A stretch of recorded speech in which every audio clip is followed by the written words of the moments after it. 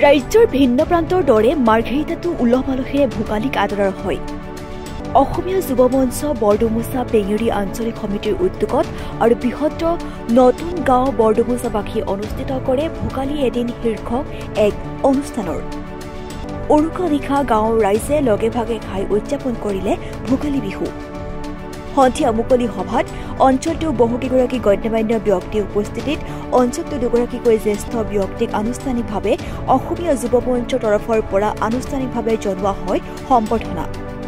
মুকলি সভাত উপস্থিত থাকে বিশিষ্ট অতিথি হিচাপে অসম গাঁওৰক্ষী সংগঠনৰ মাৰ্ঘেৰিটা মহকুমাৰ উপদেষ্টা বিকাশ বৰুৱা।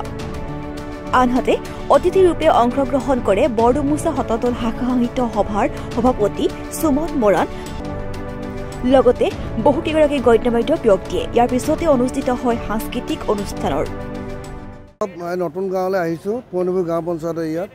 কিন্তু মানে আজি এটা দুখৰো দিন যে এগৰাকী জাতীয়তাবাদৰ মাটি আৰু গান গোৰা ৰাজীৱ শদিয়া ডাঙৰীয়া আজি পৰলোক প্ৰাপ্তি হৈছে। আমি তেখেতৰ আত্মাৰ সদ্গতিৰ কাৰণে আমি ঈশ্বৰৰ ওচৰত প্ৰাৰ্থনা জনাইছোঁ। আৰু এই নতুন গাঁও বৰডুমচাৰ কাষতে অসমীয়া যুৱ মঞ্চই যি ভোগালী উৎসৱ আয়োজন কৰিছে আৰু খুব সুন্দৰ হৈছে। আৰু আমি উদ্যোক্তা সমিতিয়ে যি মহান পদক্ষেপ লৈছে গতিকে তেওঁলোকক আমি ধন্যবাদ জনাইছোঁ।